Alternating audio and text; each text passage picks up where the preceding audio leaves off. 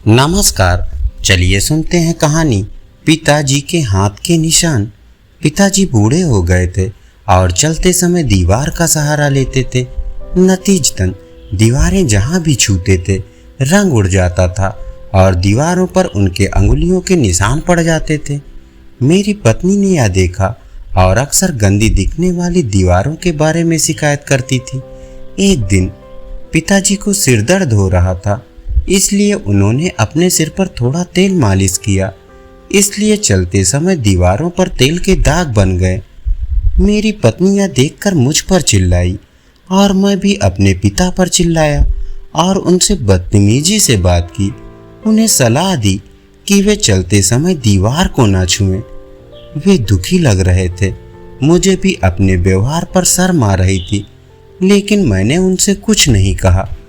पिताजी ने चलते समय दीवार को पकड़ना बंद कर दिया और एक दिन गिर पड़े। वे बिस्तर पर पड़ गए और कुछ ही समय में हमें छोड़कर चले गए। मुझे अपने दिल में अपराध बोध महसूस हुआ और मैं उनके भावों को कभी भुला नहीं पाया और उसके तुरंत बाद उनके निधन के लिए खुद को माफ नहीं कर पाया। कुछ समय बाद हम अपने घर की पेंटिंग करवाना चाहते थे। जब पेंटर आए तो मेरे बेटे ने, जो अपने दादाजी का बहुत सम्मान करता था, पेंटर को पिता के फिंगरप्रिंट साफ करने और उन जगहों पर पेंट करने की अनुमति नहीं दी। पेंटर बहुत अच्छे और नए थे। उन्होंने उसे आश्वासन दिया कि वे मेरे पिता के फिंगरप्रिंट, हाथ के निशान नहीं मिटाएंगे, बल्कि इन निशानों के चारों ओर एक सुंदर घेरा बनाकर एक अनूठी डिजाइन बनाएंगे। इसके बाद यह सिलसिला चलता रहा और वे निशान हमारे घर का हिस्सा बन गए। हमारे घर आने वाला हर व्यक्ति हमारे अनोखे डिजाइन की प्रशंसा करता था। समय के साथ मैं भी बूढ़ा हो गया। अब मुझे चलने के लिए दीवार के सहारे की जरूरत थी। एक दिन चलते समय मुझे अपने पिता से कहे गए शब्द याद आ गए और मैंने बिना सहारे के चलने की कोशिश की। मेरे बेटे ने यह देखा और तुरंत मेरे पास आया और मुझे दीवार का सहारा लेने के लिए कहा, चिंता व्यक्त करते हुए कि मैं बिना सहारे के गिर जाऊंगा। मैंने महसूस किया कि मेरा बेटा मुझे पकड़ रहा था। मेरी पोती तुरंत आगे आई और प्यार से मुझे सहारा देने के लिए अपना हाथ उसके कंधे पर रखने के लिए कहा। मैं लगभग चुपचाप रोने लगा। अगर मैंने अपने पिता के लिए भी ऐसा ही किया होता तो वे लंबे समय तक जीवित रहते। मेरी पोती मुझे साथ ले गई और सोफे पर बैठा दिया। फिर उसने मुझे दिखाने के लिए अपनी ड्राइंग बुक निकाली। उसकी शिक्षिका ने उसकी ड्राइंग की प्रशंसा की और उसे बेहतरीन टिप्पणियां दी। स्केच दीवारों पर मेरे पिता के हाथ के निशान का था।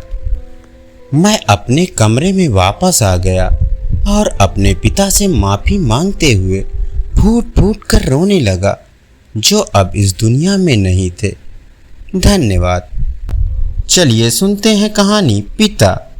पिछले काफी दिनों से रमेश बाबूजी को बाहर खाना खिलाने ले जाने की जिद करता और वो मना कर देते। फिर एक दिन जब बाबूजी को डॉक्टर के यहाँ चेकअप करवाने के लिए ले गया तो लौटने में देर हो गई। तभी रास्ते में एक होटल में चला गया। उसने बाबूजी को बड़े प्यार से बैठाया। कमजोरी से कभी कभी शरीर कांपने लगता तो ग्लास का पानी उनके आगे कर देता।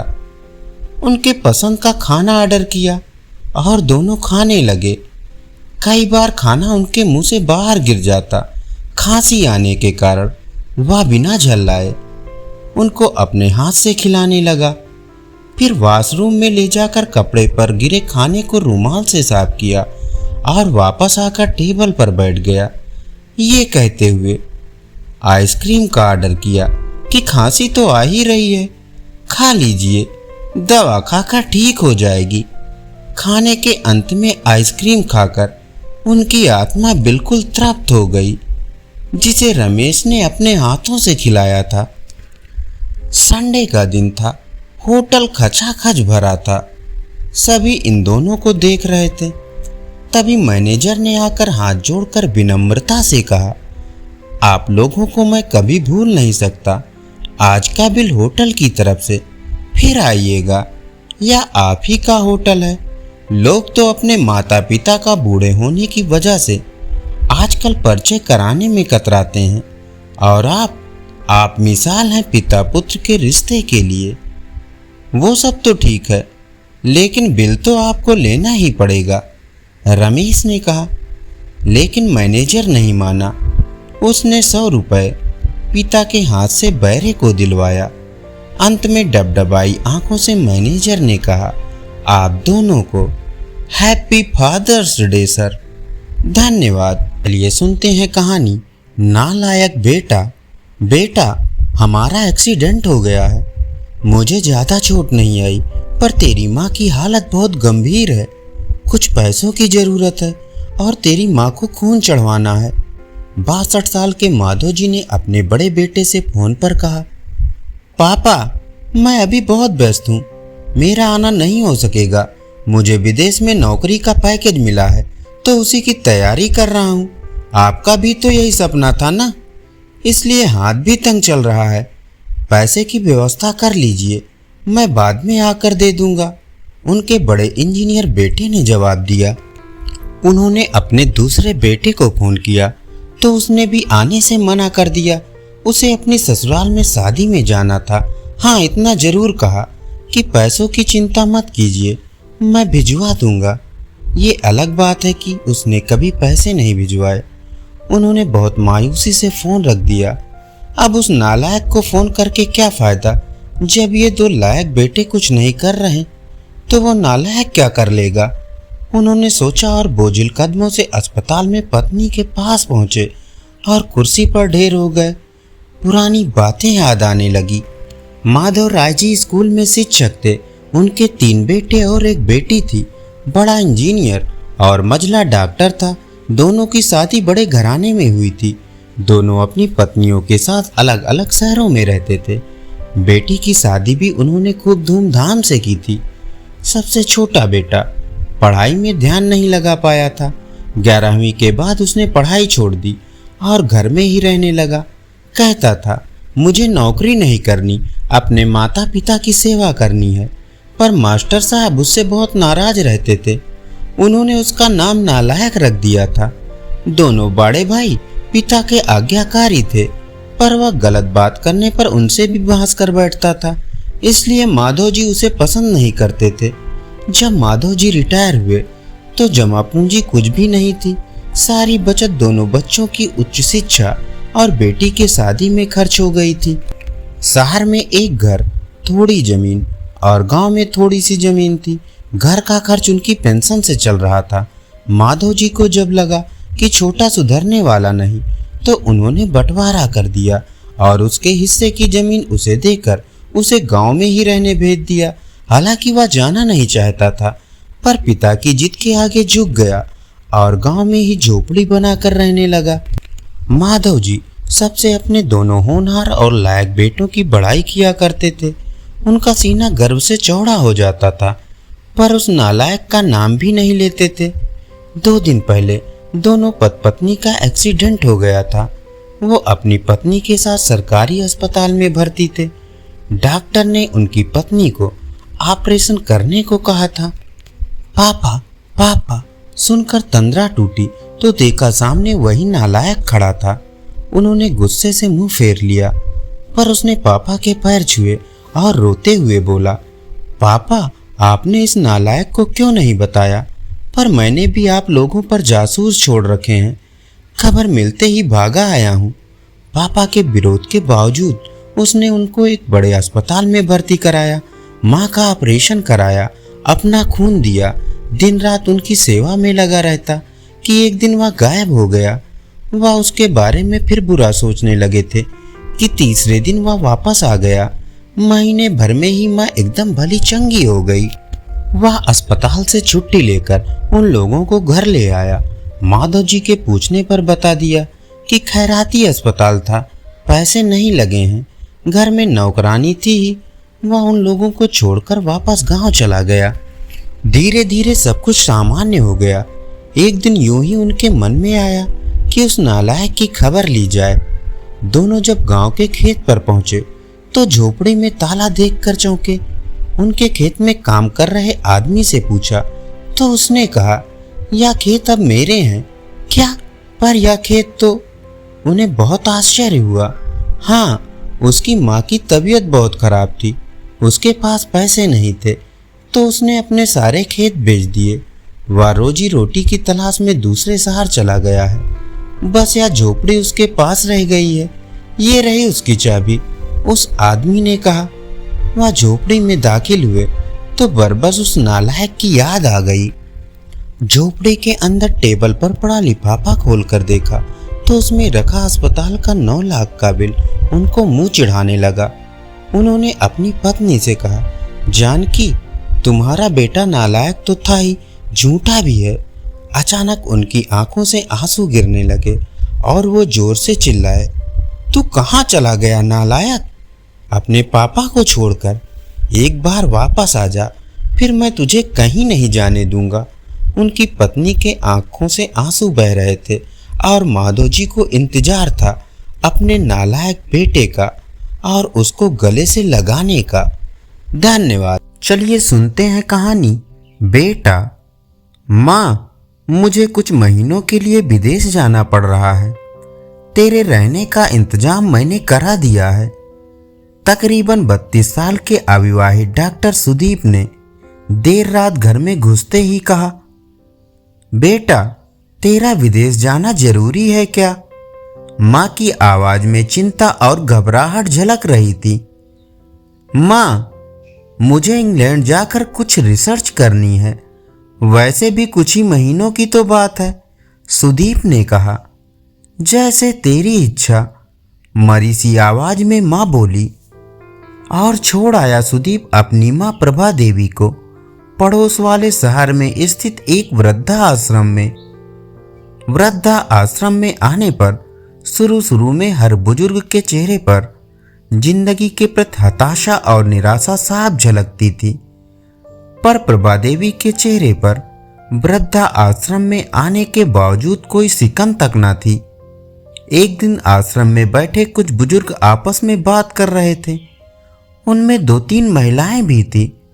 उनमें से एक ने कहा, डॉक्टर का कोई सगा संबंधी नहीं था जो अपनी माँ को यहाँ छोड़ गया। तो वहां बैठी एक महिला बोली, प्रभा देवी के पति की मौत जवानी में ही हो गई थी। तब सुदीप कुल 4 साल का था।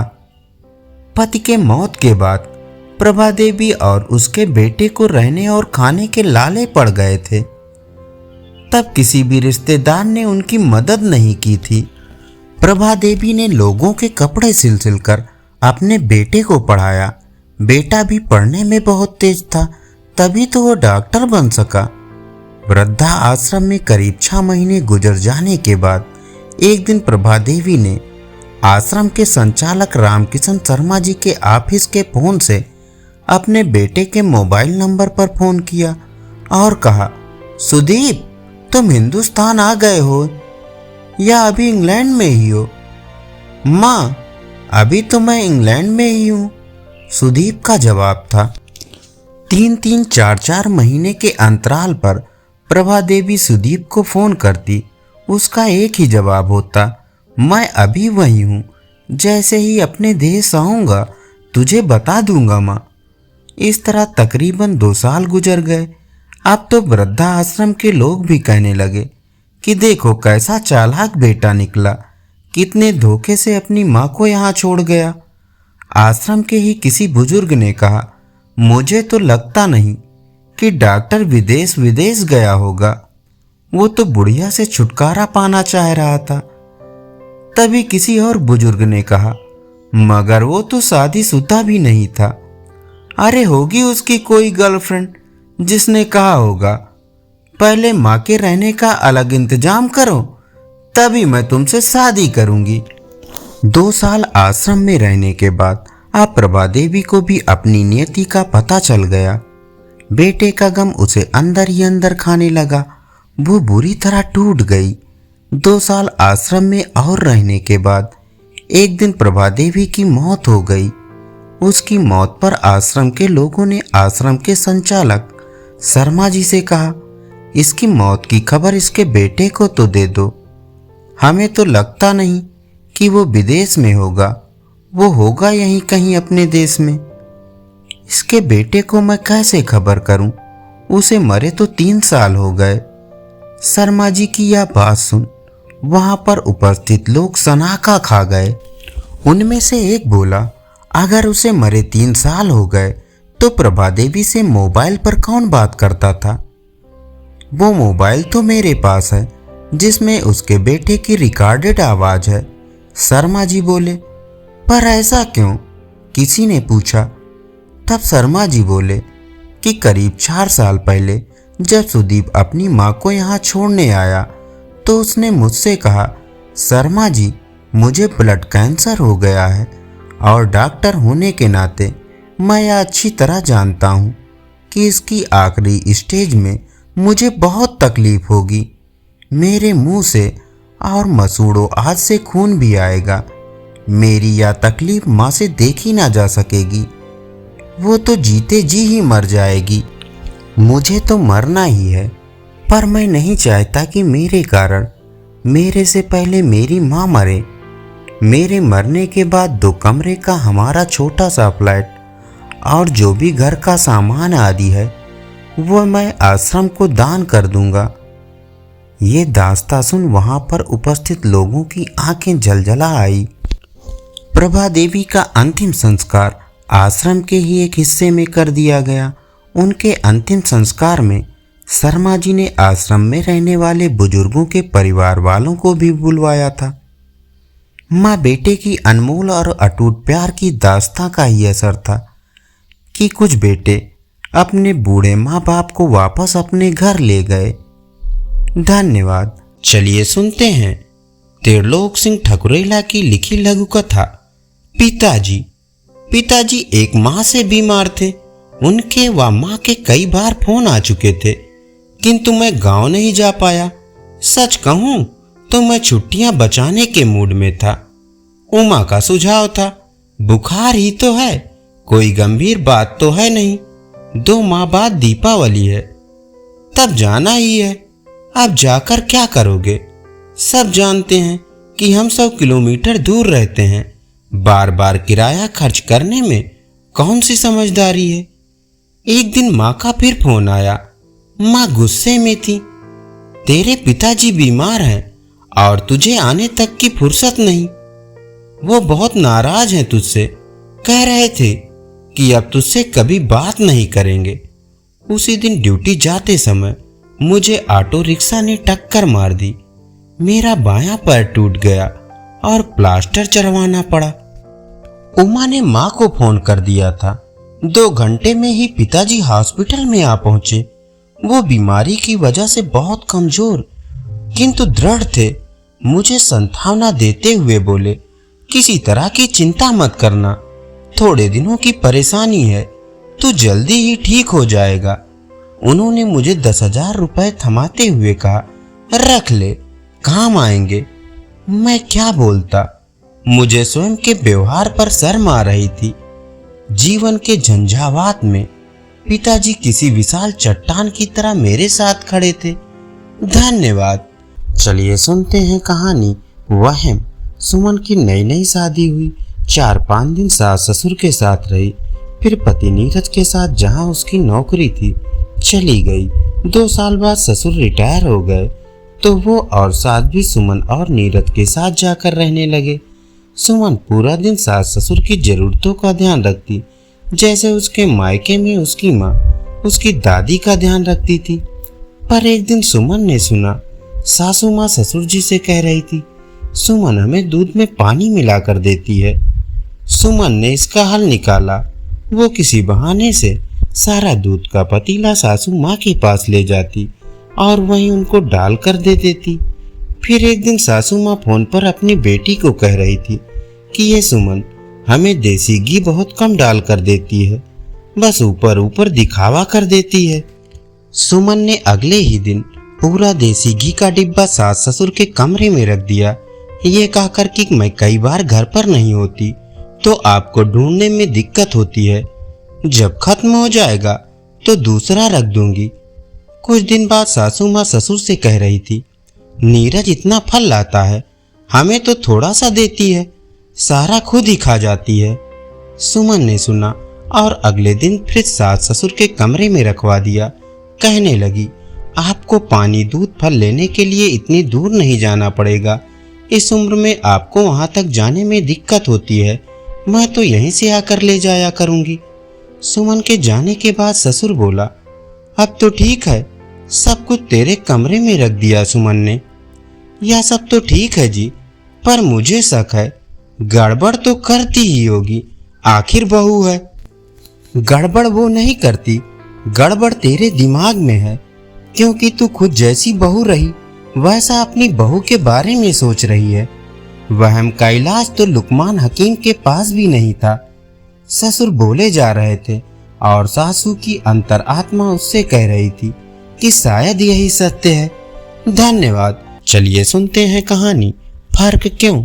कल फोन आया था, वो 1 बजे ट्रेन से आ रही है, किसी को स्टेशन भेजने की बात चल रही थी।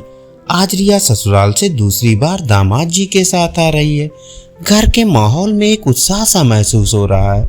इसी बीच एक तेज आवाज आती है, इतना सब देने की क्या जरूरत है, बेकार फिजूल खर्ची क्यों करना, और हाँ आ भी रही है तो कहो कि टैक्सी करके आ जाए स्टेशन से। बहन की आने की बात सुनकर अश्विनी भुनभुनाया। माँ तो एकदम सत्ते में आ गई कि आखिर ये हो क्या रहा है। माँ बोली, जब घर में 2-2 गाड़ियां हैं तो टैक्सी करके क्यों आएगी मेरी बेटी, और दामाद जी का कोई सम्मान है कि नहीं।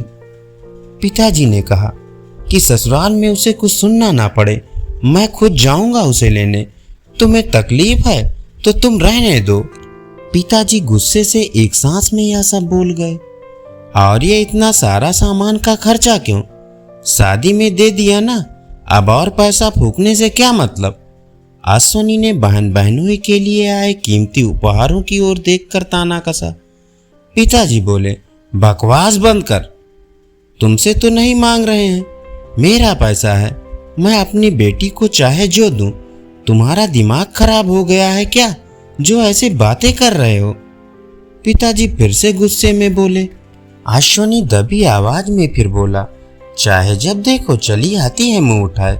पिताजी अब अपने गुस्से पर काबू नहीं कर पाए और चिल्ला कर बोले, क्यों ना आएगी, हाँ इस घर की बेटी है वो, मेरी बेटी है वो, ये उसका भी घर है, जब चाहे जितने दिन के लिए चाहे वो रह सकती है, बराबरी का हक है उसका। आखिर तुम्हें हो क्या गया है जो ऐसा अनाप शनाप बके जा रहे हो। अब बारी अश्विनी की थी। मुझे कुछ नहीं हुआ है पिताजी, आज मैं बस वही बोल रहा हूँ जो आप हमेशा बुआ के लिए बोलते थे। आज आपको अपनी बेटी के लिए बड़ा दर्द हो रहा है, लेकिन कभी दादाजी के दर्द के बारे में सोचा है? कभी बुआ की ससुराल और फूफा जी के मान सम्मान की बात सोची है? नहीं ना। माँ और पिताजी एकदम सन्नाटे में चले गए। अश्विनी लगातार बोले जा रहा था, दादाजी ने कभी आपसे एक ढेला नहीं मांगा, वो खुद आपसे ज्यादा सक्षम थे, फिर भी आपको बुआ का आना, दादाजी का उन्हें कुछ देना नहीं सुहाया, क्यों पिताजी? और हाँ, बात अगर बराबरी और हक की है तो आपकी बेटी से पहले बुआ का हक है इस घर पर। अश्विनी की आवाज आंसुओं से भर्रा सी गई थी। पिता की गर्दन शर्म से नीची हो गई थी, पर अश्विनी नहीं रुका। आपके खुदगर स्वभाव के कारण बुआ ने यहाँ आना ही छोड़ दिया। दादाजी इसी गम में घुलकर मर गए। और हाँ, मैं खुद जा रहा हूँ स्टेशन रिया को लेने, पर मुझे आज भी खुशी है कि मैं कम से कम आपके जैसा खुदगर्ज भाई तो नहीं हूँ। कहते हुए अश्विनी कार की चाबी उठाकर स्टेशन जाने के लिए निकल गया। पिता आंसू पोंछते हुए अपनी बहन सरिता को फोन लगाने लगे। दीवार पर लगी दादाजी की तस्वीर जैसे मुस्कुरा रही थी। धन्यवाद। चलिए सुनते हैं कहानी बुजुर्ग डाकिया। एक दिन एक बुजुर्ग डाकिये ने एक घर के दरवाजे पर दस्तक देते हुए कहा, चिट्ठी ले लीजिए। आवाज सुनते ही तुरंत अंदर से एक लड़की की आवाज गूंजी, अभी आ रही हूँ, ठहरो। लेकिन लगभग 5 मिनट तक जब कोई ना आया तब डाकिये ने फिर कहा, अरे भाई कोई है क्या? अपनी चिट्ठी ले लो, मुझे और बहुत जगह जाना है, मैं ज्यादा देर इंतजार नहीं कर सकता। लड़की की फिर आवाज आई, डाकिया चाचा, अगर आपको जल्दी है तो दरवाजे के नीचे से चिट्ठी अंदर डाल दीजिए, मैं आ रही हूँ, कुछ देर और लगेगा। अब बूढ़े डाकिये ने झल्ला कर कहा, नहीं, मैं खड़ा हूँ, रजिस्टर्ड चिट्ठी है, किसी का हस्ताक्षर भी चाहिए। तकरीबन 10 मिनट बाद दरवाजा खुला। डाकिया इस देरी के लिए खूब झल्लाया हुआ तो था ही, अब उस लड़की पर चिल्लाने ही वाला था, लेकिन दरवाजा खुलते ही वह चौंक गया और उसकी आंखें खुली की खुली रह गई। उसका सारा गुस्सा पल भर में फुर्र हो गया। उसके सामने एक नन्ही सी अपाहिज कन्या, जिसके एक पैर नहीं थे, खड़ी थी। लड़की ने बेहद मासूमियत से डाकिये की तरफ अपना हाथ बढ़ाया और कहा, दो मेरी चिट्ठी। डाकिया चुपचाप डाक देकर और उसके हस्ताक्षर लेकर वहां से चला गया। वो अपाहिज लड़की अक्सर अपने घर में अकेली ही रहती थी। उसकी माँ इस दुनिया में नहीं थी और पिता कहीं बाहर नौकरी के सिलसिले में आते जाते रहते थे।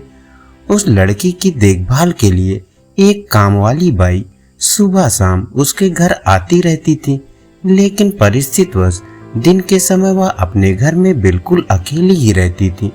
समय निकलता गया। महीने 2 महीने में जब कभी उस लड़की के लिए कोई डाक आती, डाकिया एक आवाज देता और जब तक वह लड़की दरवाजे तक न आती तब तक इत्मीनान से डाकिया दरवाजे पर खड़ा रहता। धीरे धीरे दोनों के बीच मेलजोल और भावनात्मक लगाव बढ़ता गया। एक दिन उस लड़की ने बहुत गौर से डाकिये को देखा तो उसने पाया कि डाकिये के पैर में जूते नहीं हैं। वह हमेशा नंगे पैर ही डाक देने आता था। बरसात का मौसम आया। फिर एक दिन जब डाकिया डाक देकर चला गया तब उस लड़की ने जहां गीली मिट्टी में डाकिये के पांव के निशान बने थे, उन पर कागज रखकर उन पांवों का चित्र उतार लिया। अगले दिन उसने अपने यहाँ काम करने वाली बाई से उस नाप के जूते मंगवाकर घर में रख लिए। दीपावली आने वाली थी। उससे पहले डाकिये ने मोहल्ले के सब लोगों से त्योहार पर बख्शीश चाही, लेकिन छोटी लड़की के बारे में उसने सोचा कि बच्ची से क्या उपहार मांगना, पर गली में आया हूं तो उससे मिल ही लूं। साथ ही साथ डाकिया ये भी सोचने लगा कि त्योहार के समय छोटी बच्ची से खाली हाथ मिलना ठीक नहीं रहेगा। बहुत सोच विचार कर उसने लड़की के लिए 5 रुपए के चॉकलेट ले लिए। उसके बाद उसने लड़की के घर का दरवाजा खटखटाया। अंदर से आवाज आई, कौन? मैं हूँ गुड़िया, तुम्हारा डाकिया चाचा। उत्तर मिला। लड़की ने आकर दरवाजा खोला तो बूढ़े डाकिये ने उसे चॉकलेट थमा दी और कहा, ले बेटी, अपने गरीब चाचा की तरफ से। लड़की बहुत खुश हो गई और उसने कुछ देर डाकिये को वहीं इंतजार करने के लिए कहा। उसके बाद उसने अपने घर के एक कमरे से एक बड़ा सा डब्बा लाया और उसे डाकिये के हाथ में देते हुए कहा, चाचा, मेरी तरफ से दीपावली पर आपको यह भेंट है। डब्बा देखकर डाकिया बहुत आश्चर्य में पड़ गया। उसे समझ में नहीं आ रहा था कि वह क्या कहे।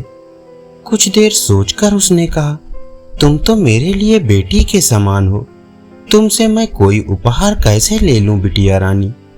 लड़की ने उससे आग्रह किया कि चाचा, मेरे इस गिफ्ट को मना मत करना, नहीं तो मैं उदास हो जाऊंगी। ठीक है, कहते हुए बूढ़े डाकिये ने पैकेट ले लिया और बड़े प्रेम से लड़की के सिर पर अपना हाथ फेरा, मानो उसको आशीर्वाद दे रहा हो। बालिका ने कहा, चाचा, इस पैकेट को अपने घर ले जाकर खोलना। घर जाकर जब उस डाकिये ने पैकेट खोला तो वह आश्चर्यचकित रह गया, क्योंकि उसमें एक जोड़ी जूते थे। उसकी आंखें डबडबा गई। डाकिये को यकीन नहीं हो रहा था कि एक छोटी सी लड़की उसके लिए इतना फिक्रमंद हो सकती है। अगले दिन डाकिया अपने डाकघर पहुंचा और उसने पोस्टमास्टर से फरियाद की कि उसका तबादला फौरन दूसरे इलाके में कर दिया जाए। पोस्टमास्टर ने जब इसका कारण पूछा तो डाकिये ने वे जूते टेबल पर रखते हुए सारी कहानी सुनाई और भीगी आंखों और रूंधे गले से कहा, सर, आज के बाद मैं उस गली में नहीं जा सकूंगा। उस छोटी अपाहिज बच्ची ने मेरे नंगे पांव को जूते तो दे दिए, पर मैं उसे पांव कैसे दे पाऊंगा। इतना कहकर डाकिया फूट फूट कर रोने लगा। धन्यवाद।